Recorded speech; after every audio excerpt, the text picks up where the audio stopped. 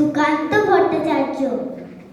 এক যে ছিল আপন ভোলা কিশোর, স্কুল তার ভালো লাগতো না, সহ্য হতো না পড়াশোনার ঝামেলা।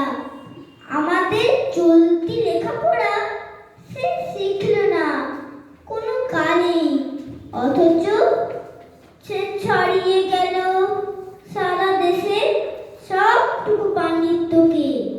কেমন করে সে প্রশ্ন আমাকে করো না।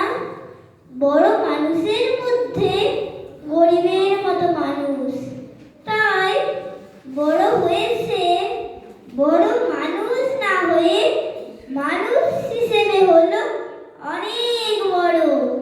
কেমন করে সে প্রশ্ন আমাকে করো না।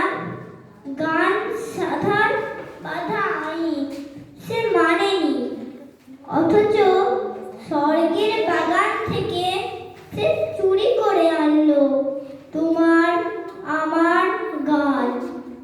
কবি সে, ছবি আঁকার অভ্যাস ছিল না ছোট বয়সে, অথচ শিল্পী বলে সেই পেল শ্রেষ্ঠ শিল্পীদের সম্মান। কেমন করে সে প্রশ্ন আমাকে করো না। মানুষ হলো না বলে যে ছিল তার দিদির আক্ষেপের বিষয়। অনেক দিন অনেক বিদ্রুপ যাকে করেছে আহত, সেই একদিন চমক লাগিয়ে করল দিগ্বিজয়। কেউ তাকে বলল বিশ্বকবি, কেউ বা কবিগুরু। উত্তর দক্ষিণ পূর্ব পশ্চিম চারদিক করল প্রণাম।